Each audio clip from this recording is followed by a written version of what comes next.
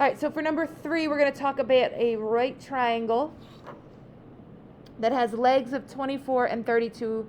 So if I draw a quick sketch, just real quick, here's my right triangle, 24, 32, these are my legs. The short leg is decreasing by 4. So if I look up here, if I have 24 inches for one of my legs, decreasing by 4, that's my shorter leg.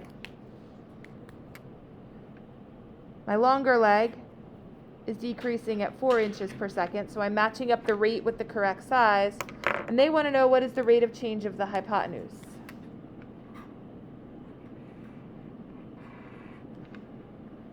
So what you need to be able to figure out, which may not be given to you, is how do I relate two legs and a hypotenuse geometrically? What's the formula for that? Anybody remember? Right, so my thought is a squared plus b squared equals c squared. All right, where a is the short leg, b could be the longer leg, and c is, this is actually my hypotenuse. Right? Okay, now I'm going to rewrite this. I'm going to start this with c squared is equal to a squared plus b squared. And the only reason I'm doing that is so that what I'm solving for is on the left by itself. I'm going to be solving for the rate of change of c. Okay? So when it says rate of change of the hypotenuse, what I'm really looking for is c prime. So now I'm going to come over here and I'm going to do my derivative. So my derivative of c squared is 2c times c prime. 2a times a prime plus 2b times b prime. Every variable has a rate of change associated with it.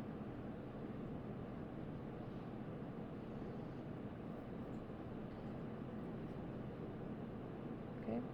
Now, what is going to look different for you that you have to just get accustomed to is the fact that when I look at this line, which is my derivative line, do you see that I have 6 different input variables?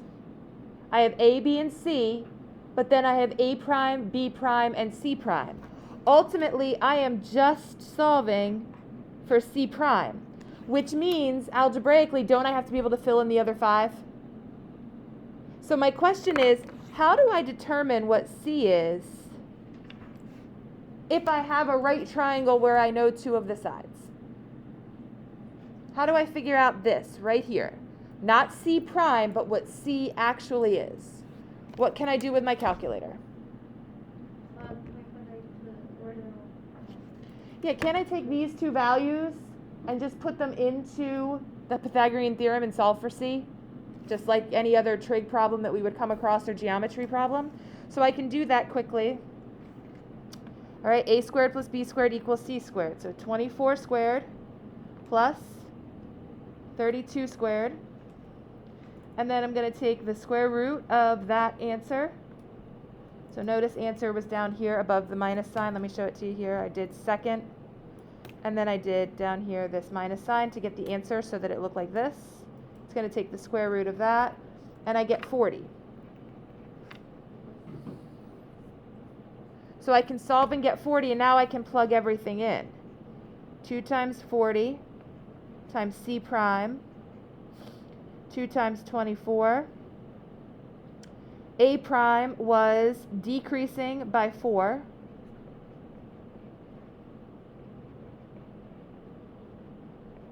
And b prime was also shrinking at 4.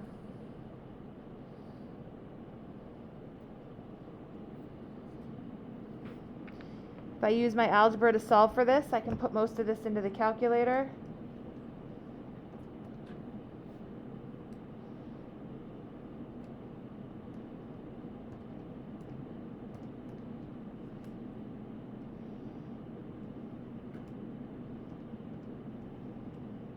And I get negative 5.6.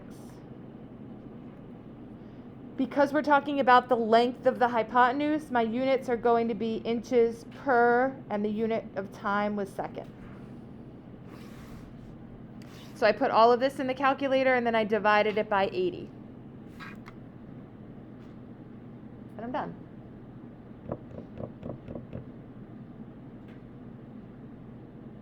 Good? All right, next one, a right triangle. So now we're going back to another right triangle problem.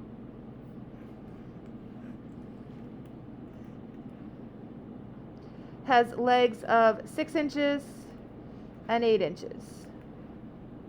The short leg, okay, so let's start putting these things together. The short leg is increasing by 4.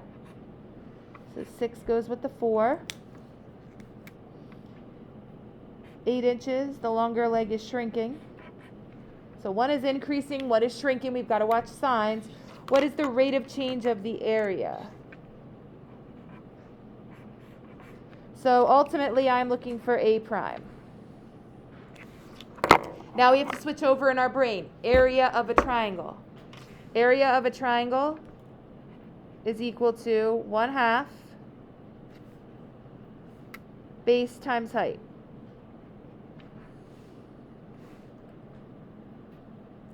So now we've got this weird, wait a second, she's not talking about legs and A's and B's and C's and all these other things.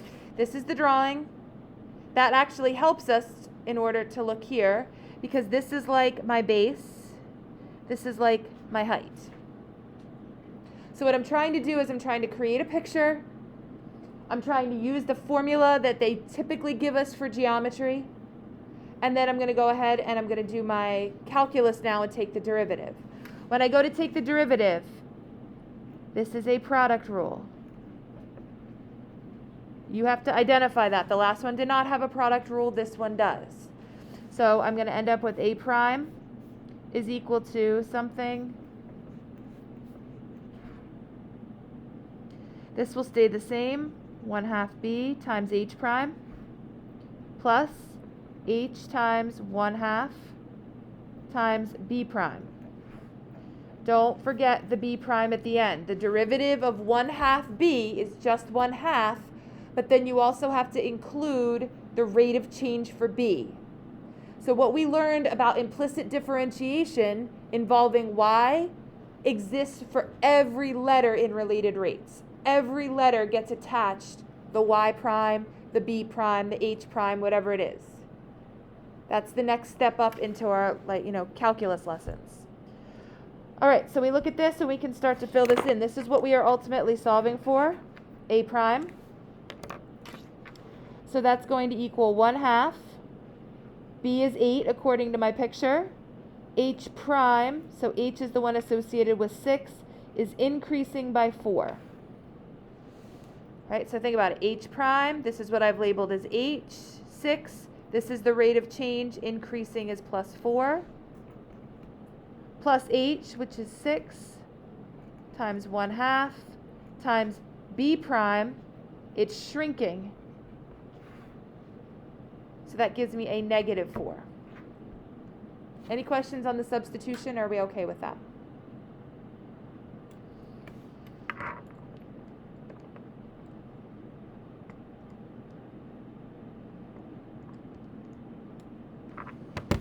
So my A prime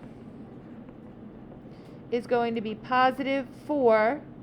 We're talking about the area, so it's inches squared per second. I put everything that's on the right into the calculator and got my answer.